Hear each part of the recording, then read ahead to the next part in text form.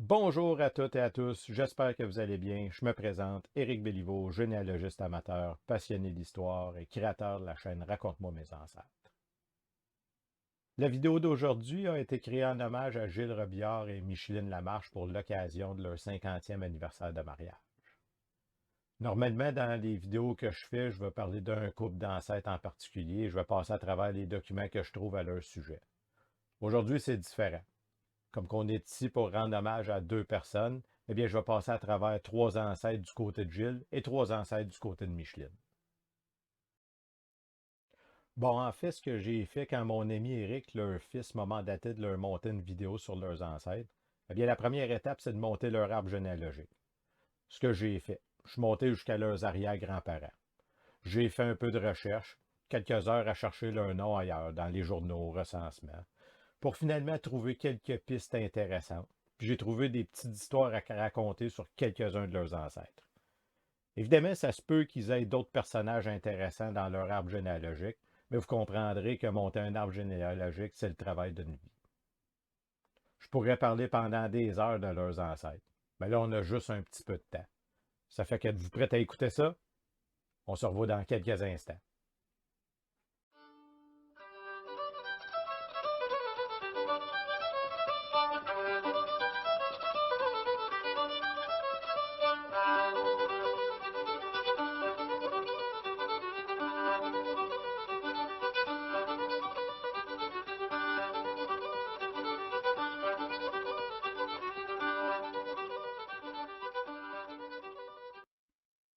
On va commencer du côté Robillard. Si on monte du côté de Gilles, on a son grand-père Aldama, Ludger, eux, on va en parler tantôt. David, Paul, lui aussi, je vais vous en parler tantôt. On va remonter jusqu'à Claude. Claude Robillard, votre premier ancêtre. Puis, qu'est-ce qu'on sait de Claude Robillard? En fait, on connaît pas mal de choses, mais on connaît malheureusement pas le nom de ses parents. On pourrait supposer qu'il venait de Rouen en Normandie, mais ça, c'est pas confirmé. Ce qu'on sait, c'est qu'il est arrivé en 1663 à bord du Jardin d'Hollande alors qu'il était âgé de 13 ans. À son arrivée, il va s'installer à Beauport sur les terres de Robert Giffard. 3 ans après son arrivée, il va être recruté comme milicien par le régiment Carignan-Salière pour une expédition contre les Agnés. Les Agnés, c'était une nation iroquoise. Les Iroquois étaient composés de 5 nations qui vivaient dans le nord de l'État de New York. C'étaient les ennemis de nos alliés, les Inuits, les Hurons, puis la plupart des peuples algonquins du nord du Saint-Laurent. Bref, après cette expédition, Claude va se ramasser un peu d'argent puis il va s'acheter une terre à Champlain. Champlain, c'est entre Trois-Rivières puis Québec. Il va se marier dans une première noce, mais son épouse va décéder en 1680. Il va se marier avec une Marie Grondin en 1681, qui elle était fille du roi. Elle aussi, c'était son deuxième mariage. En 1685, il va déménager à Montréal, puis on va le retrouver comme boucher. C'est 15 ans plus tard, en 1698, que le seigneur de la Valtrie va lui concéder une terre où il va s'installer. Une partie de sa descendance va être coureur des bois, puis une autre partie va s'installer dans le coin de la Valtrie. Nicolas, lui, fils de Claude, va se marier à la Chine en 1709, à Françoise Cécile. Et c'est Nicolas fils qui va se marier en 1732 à Marianne Lalonde à Sainte-Anne-de-Bellevue, qu'on appelait Sainte-Anne du bout de l'île. Donc, si vous vous demandez comment ça se fait qu'il y a autant de rebillards dans la région de Vaudreuil-Soulanges, eh bien, ça vient de cette branche-là.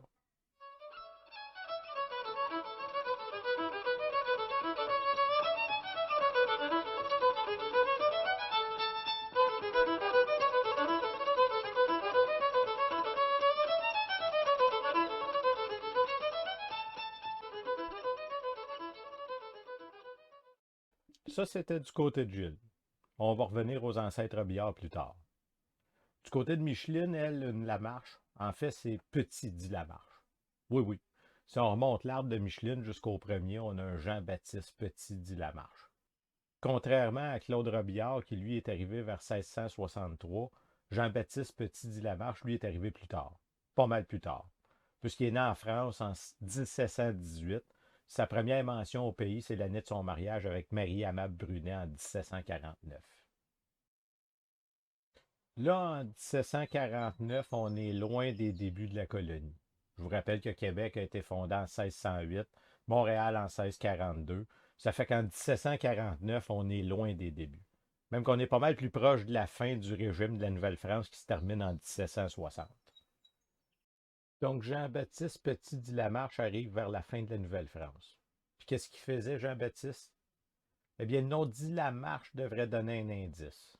Oui, parce que les non-dits, c'est une vieille tradition militaire française. Afin de distinguer les soldats sur le champ de bataille, on leur attribuait un nom de guerre.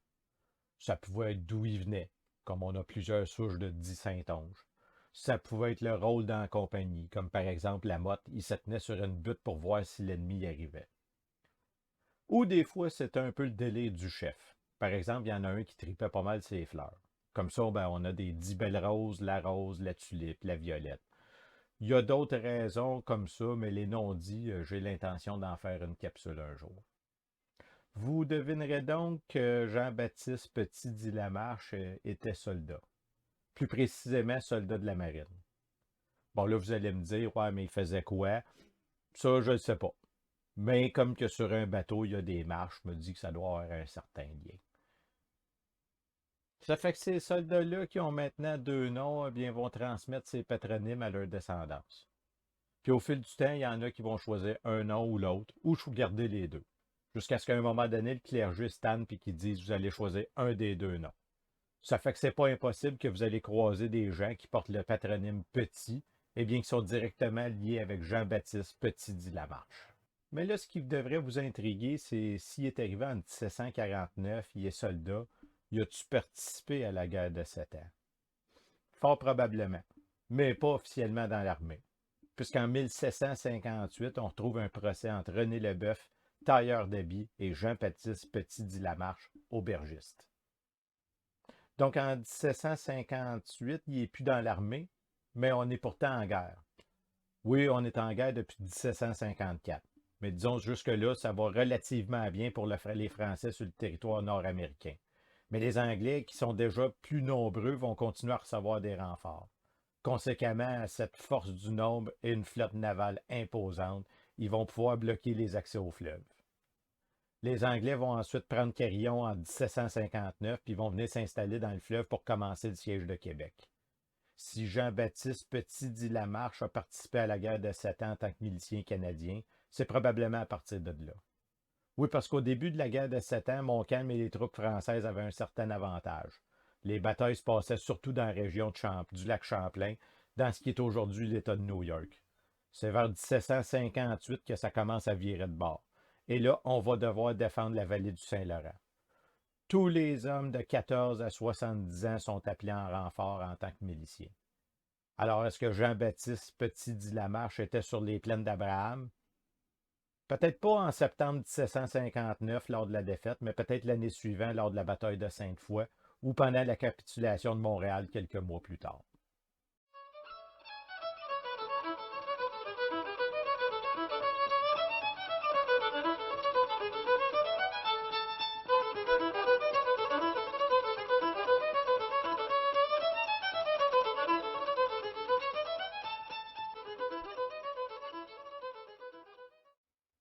On retourne du côté des Robillards où on a déjà parlé de Claude Robillard qui, lui, est arrivé assez jeune et presque dans les débuts de la Nouvelle-France. Nicolas, un des fils de Claude, va se marier à la Chine puis va s'installer à Sainte-Anne-du-Bout-de-l'Île. C'est à partir de là qu'on va avoir des Robillards dans la région de Vaudreuil-Soulanges, le Perrot, Sainte-Anne-de-Bellevue. Nicolas va avoir un fils lui aussi nommé Nicolas, qui lui va avoir un fils Pierre, qui ce dernier aura un fils nommé Paul Robillard. Paul est né à Vaudreuil en 1780. En 1780, ça fait à peine 20 ans qu'on est sous le régime britannique. Paul va vivre sa jeunesse probablement sans trop d'éducation, comme la plupart des Canadiens français de l'époque. On est à une époque d'après-défaite. Les Britanniques vont imposer leurs règles. Un peu de peine et de misère. Conséquemment, à leur tentative d'imposer leurs règles, on va éventuellement se révolter. Événement qu'on va appeler la rébellion ou l'insurrection des patriotes de 1837-38. Ça, je vous en ai déjà parlé dans ma vidéo sur le 15 février, alors je ne vais pas m'attarder trop sur le pourquoi du comment, Mais en gros, pour ceux qui ont écouté la vidéo, ils se souviennent que la région de Vaudreuil avait été théâtre de quelques assemblées patriotes. Alors, qu'est-ce que Paul vient faire là-dedans? Eh bien, on est en 1833, on est quelques années avant la rébellion, on n'a pas encore pris les armes, mais on commence déjà à en avoir notre quota. Là, il y en a qui pensent que la rébellion des Patriotes, c'est une affaire d'Anglais contre Français. Faux. C'est une question de loyalisme, ceux qui sont fidèles à la couronne britannique, contre les gens qui sont un peu plus libérales, qui veulent avoir plus d'autonomie et de pouvoir décisionnel sur leur territoire. Ça fait que oui, comme le territoire était occupé principalement par des Canadiens français, certes, les 92 résolutions étaient des demandes qui représentaient les Canadiens français. Mais à travers ça, il y a des marchands, des médecins ou des seigneurs anglais qui vont prendre du côté des patriotes. Par exemple, Disons qu'Harwood accuse Matheson d'abuser des pouvoirs qu'on lui confère ses fonctions de commissaire des petites causes et de juge de paix à la Cour des magistrats. La charge du seigneur de Vaudreuil devient plus précise, plus écrasante. Matheson aurait falsifié certains dossiers en vue de rendre des verdicts injustes et arbitraires. Par exemple, en une circonstance particulière, ce magistrat condamne 32 Vaudreuillois à payer une amende de 11 shillings pour avoir voyagé sur un chemin d'hiver traversant en diagonale la terre de Paul Robillard à partir de la côte des Français jusque chez Gabriel Lalonde. Cette sanction est appliquée malgré que les habitants se servent du passage discuté depuis nombre d'années et que pour comble, la route ordinaire soit entièrement bloquée par la neige. Plusieurs témoignages établissent qu'on a toujours préféré le passage de Rabillard à tout autre. ceci a été tiré du livre Le mouvement insurrectionnel dans la presqu'île de Vaudreuil par Lionel Séguin. Ce que ça nous dit, entre autres, c'est qu'en 1833, on n'avait pas le droit de passer sur le terrain qui qu'on veut, malgré l'autorisation du propriétaire. En l'occurrence, dans ce cas-ci, Paul Robillard. Un acte quelque peu rebelle de sa part de laisser passer ses concitoyens sur sa terre. Est-ce que Paul a participé à la rébellion des Patriotes? Non, puisqu'il est décédé en 1833. On connaît donc peu de choses sur Paul Robillard, mais on sait qu'il était agriculteur à Vaudreuil et qu'il y avait probablement des amis qui ont participé à la révolte de 37-38.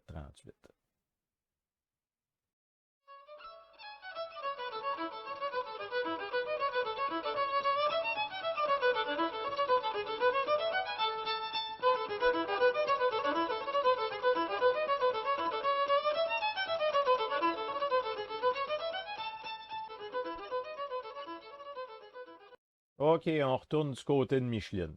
Micheline Lamarche, qui son premier ancêtre est arrivé vers la fin de la Nouvelle-France. Il s'est installé à Montréal puis il a travaillé comme aubergiste. Il a probablement participé à la guerre de 7 ans, puis après la guerre, lui, son épouse et leurs enfants vont aller s'installer à Sainte-Anne-du-Bout-de-l'île. Edmond, un de leurs fils, ancêtre de Micheline, se marie en 1789 à l'île Perrot avec Marie-Claire Spénard. Ils vont avoir un enfant du nom de Joseph Edmond qui, lui, va avoir un dénommé Joseph Petit-Dit-Lamarche. Joseph, c'est l'arrière-grand-père de Micheline. Joseph Petit-Dit-Lamarche et Elmire Sauvé vont avoir quelques enfants comme c'était la coutume à l'époque, dont Alfred, l'arrière-grand-père de Micheline. Quand j'ai commencé à faire mes recherches sur Alfred, je suis tombé sur un article dans le Courrier de Saint-Hyacinthe, 12 octobre 1878. Co-criminels. Adélard P. Forget, Alphonse Christin, Eustache Lemay, Adolphe Lamarche, Isaïe Pilon et le docteur G. Mador ont fait défaut de comparaître devant la cour criminelle jeudi à 2h15 p.m. lorsque leurs noms ont été appelés pour répondre à l'accusation d'avoir commis des fraudes dans l'élection de Jacques Cartier. Des mandats d'amener ont été émis pour leur arrestation. Adolphe Lamarche, c'est un cousin d'Alfred, un cousin assez proche. Mais qu'est-ce qui a bien pu se passer lors de l'élection de 1878 pour que le cousin d'Alfred soit accusé de fraude? 1878, c'est une élection où John A. Macdonald est reconduit au pouvoir. En 78, on est avant la pendaison de Louis Riel qui a eu lieu en 85. Et pourquoi Macdonald a pendu Louis Riel? Bon, là, je sais que c'est pas lui qui l'a pendu, mais il est quand même la cause principale. En tout cas, pourquoi il a pendu Louis Riel? En gros, parce que Louis Riel ne voulait pas que le train passe à travers le territoire des Métis. Mais pourquoi qu'on voulait absolument avoir un train qui passe là? Ce qu'il faut comprendre, c'est que Johnny MacDonald, c'est le premier ministre du Canada. À cette époque-là, la Colombie-Britannique était toujours une colonie anglaise. Puis Johnny MacDonald, il va leur promettre que s'ils adhèrent à la Confédération, il va les relier par un chemin de fer. Donc, il doit passer à travers les territoires autochtones. Mais ça, c'est pour plus tard. Là, on est en 1878, puis Johnny MacDonald avait été sorti du pouvoir en 1874 à cause d'une affaire de corruption. Là, ça aurait de l'air que le fédéral aurait subventionné une compagnie de chemin de fer pour se rendre dans l'Ouest. Comme tout est dans tout. Tu sais, il y a une suite logique à tout ce que je viens de vous raconter. En 1867, il y a la création de la Confédération. Pas longtemps après, on promet à la Colombie-Britannique de se joindre dans les reliant par un chemin de fer. Puis on injecte de l'argent du public pour remplir la promesse. Et on doit tasser les peuples autochtones qui habitent déjà le territoire. Je ne suis pas sûr que c'est de même qu'on raconte ça dans les livres d'histoire aujourd'hui, mais ça fait partie des débuts du Canada. Bref, là, il y a une histoire de corruption aux élections, puis il y a un Adolphe Lamarche, proche cousin d'Alfred, qui est impliqué dans le scandale. Puis là, ce que vous voulez savoir sûrement, c'est il était de quel bord. Parce que si Adolphe était un bleu, un conservateur, les chances sont bonnes qu'Alfred l'était aussi. Ça fait que pour savoir ça, il a fallu que j'aille creuser un peu plus loin. Puis dans Jacques-Cartier, le comté de Sainte-Anne-de-Bellevue, eh bien, c'est un dénommé Lafleur, libéral, qui a gagné par 15 voix. C'est quand même peu. Puis s'il a gagné, ben, c'est à cause des entourloupettes d'Adolphe et ses chums. Comment ça s'est passé, c'est que le directeur qui était en charge du comté, eh bien, 2 jours avant l'élection, il est allé annoncer à la personne qui était supposée d'avoir un bureau de vote dans sa maison. Oui, parce que dans ce temps-là, on votait dans les maisons. Ça fait qu'il est allé y annoncer que la maison ne convenait pas parce qu'elle ne respectait pas certaines normes. Puis il a aussi changé la personne en charge du bureau de vote, puis pas mal tout le monde qui travaillait dans ce pôle-là. La journée de l'élection, ben, le gars qui était en charge du bureau de vote, il a fermé le bureau de vote dans l'après-midi pour cause de maladie. Mais juste avant, il a pris soin de mettre la boîte de vote dans une trappe qui était dans le bas d'un buffet, qui avait été soigneusement construit pour l'occasion. La trappe amenait un trou dans le plancher, puis pendant ce temps-là, ben, il y a un homme qui a pris la boîte, il l'a ouvert, puis il a changé les bulletins de vote en faveur de Laflamme, le libéral, qui, je vous rappelle, a gagné par seulement 15 voix. Puis tout ça, ça s'est passé dans la maison d'Adolphe Lamarche. Ça fait qu'Adolphe Lamarche, il n'était pas du côté de Johnny MacDonald, il était donc un libéral. Comment je le sais qu'Alfred et Adolphe, c'était des proches cousins? Bon, vous comprendrez que cette histoire-là a fait couler beaucoup d'encre, puis lors d'un des témoignages en cours, on apprend. La Minerve, 30 octobre 1878. Par son honneur. J'ai pris de la boisson dans la cuisine avec Lamarche, Isaïe Pilon, Emmanuel Pilon, Alfred Petit dit Lamarche et Lebeau. Ce sont ces personnes que j'ai vues sur le trottoir, à ce que je crois, mais je n'en suis pas certain.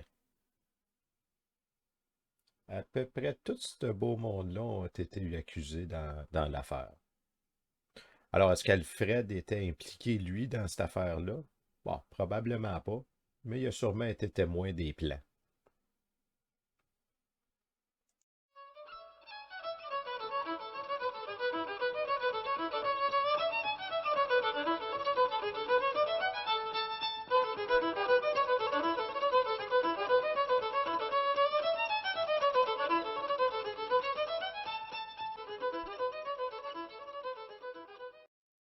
On retourne du côté des Rebillards. On connaissait déjà Paul, qui lui a eu un fils nommé David. Ensuite, David a eu un fils nommé Ludger, arrière-grand-père de Gilles Robillard. Ludger a eu, lui, un fils à son tour du nom d'Aldama, le grand-père de Gilles.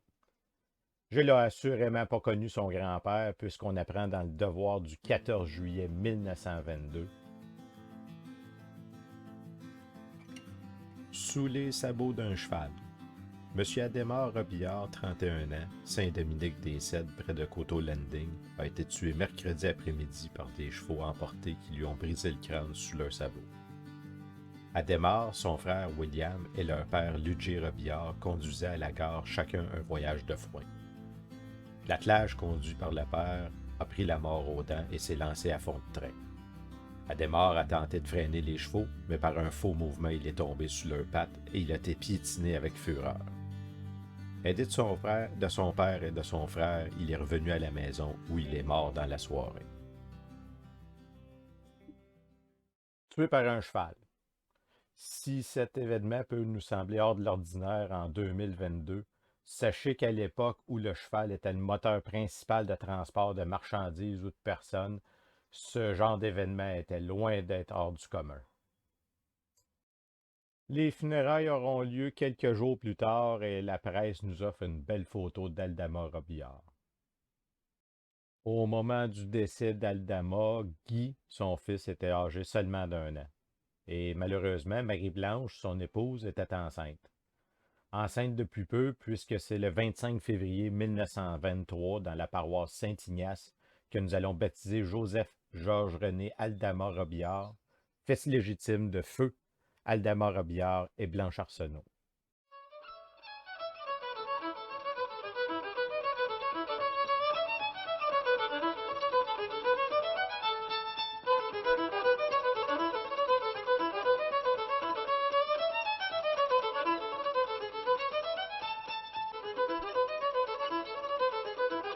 On retourne du côté de Micheline.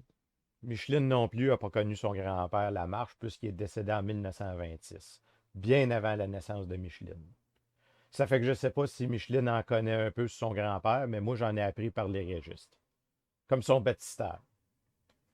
Oui, parce que c'est le 22 avril 1878 que nous avons baptisé Joseph Alfred, né ce jour.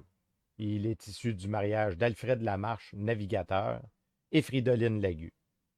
Le parrain et la marraine ont été Joseph Lamarche et Monique Ranger. Donc, qu'est-ce que nous apprend le baptistère d'Alfred? Bien, tout d'abord, il est né en avril 1878. Ça fait que si vous vous souvenez bien, c'est quelques mois avant l'histoire de la trappe de Sainte-Anne. On peut aussi apprendre qu'Alfred père était navigateur, tout comme son grand-père et parrain d'ailleurs. Alfred fils était le premier de famille. Il était alors de coutume qu'un des deux grands-parents soit parrain et marraine du premier enfant. Puis le deuxième enfant, ben, c'était les grands-parents de l'autre côté. C'est pas de quoi de systématique, mais c'est quand même quelque chose que je constate assez souvent. Puis le fait qu'il soit navigateur, il faut comprendre qu'en 1878, le train est loin d'être à son apogée. Le fleuve puis les grosses rivières, comme la rivière des Outaouais, sont remplis de bateaux de marchandises ou encore de passagers. Pour ceux qui me suivent depuis le début, vous n'êtes pas sans savoir que c'est pas le premier ancêtre dont on traite qui était navigateur. On se souvient d'Armida Mallette de Rigaud qui, quand il est déménagé à la Chine, est devenu navigateur avant de devenir peintre. Parlant de la Chine, on se souvient aussi de Stephen Métayer-Saint-Onge, mon ancêtre, qui était navigateur, et qui, selon la presse de 1933, était un des plus vieux et plus respectés navigateurs du district de Montréal. Comme à la même époque, Alfred et Joseph Lamarche étaient aussi des navigateurs, ça ne serait pas étonnant que nos ancêtres se connaissaient bien avant qu'on se connaisse. Mais là, Alfred fils, le grand-père de Micheline, est-ce qu'il était navigateur comme son père et son grand-père? Eh bien, pas selon le recensement de 1911. En 1911, Alfred fils était marié avec Clérinda Legault et avait déjà commencé la petite famille. Il habitait Maisonneuve et Alfred travaillait comme couturier et gagnait un salaire de 750 par année. Qu'est-ce qu'on apprend aussi dans le recensement de 1911? Eh bien, Wildy Legault, le beau-frère de 29 ans, habite avec eux. Wildy était boucher et gagnait aussi 750 par année. Dans le recensement de 1911, Marcel, le père de Micheline, n'y apparaît pas. Non, puisque c'est le 3 avril 1912 que nous avons baptisé Joseph Marcel Zénon Percy, né la veille, fils légitime de Alfred Lamarche, qui est marchand tailleur, et Clérinda Legault de cette paroisse. Le parrain, Zénon Legault, capitaine, et la marraine, Louise Lagu, épouse du parrain. Et on voit ici la signature de votre grand-père, Alfred Lamarche. Le séjour dans Maisonneuve fut soit de courte durée ou bien on prenait la peine de revenir dans la paroisse natale pour baptiser les enfants. Tous les autres enfants d'Alfred Lamarche et Clérinda Legault ont été baptisés à Sainte-Anne-de-Bellevue. Puis une chose qui est sûre, c'est que dans le recensement de 1921, la petite famille était de retour à Sainte-Anne-de-Bellevue. Alfred était colleur et gagnait maintenant 1050 par année. Il sait lire et écrire et il est allé à l'école durant 35-36 mois. Malheureusement, c'est en 1925 qu'Alfred, le grand-père de Micheline, va décéder. Ceci met fin à notre histoire d'aujourd'hui. Mais comme la fin annonce souvent un renouveau, la descendance de tous ces personnages dont je vous ai parlé aujourd'hui va très certainement perdurer dans le temps. Si vous avez aimé la vidéo, n'oubliez pas de le mentionner en cliquant sur le bouton j'aime, en vous abonnant à la chaîne, en allant visiter la page Facebook de Raconte-moi mes ancêtres, ou encore mieux, en partageant les vidéos. On se revoit dans une prochaine vidéo.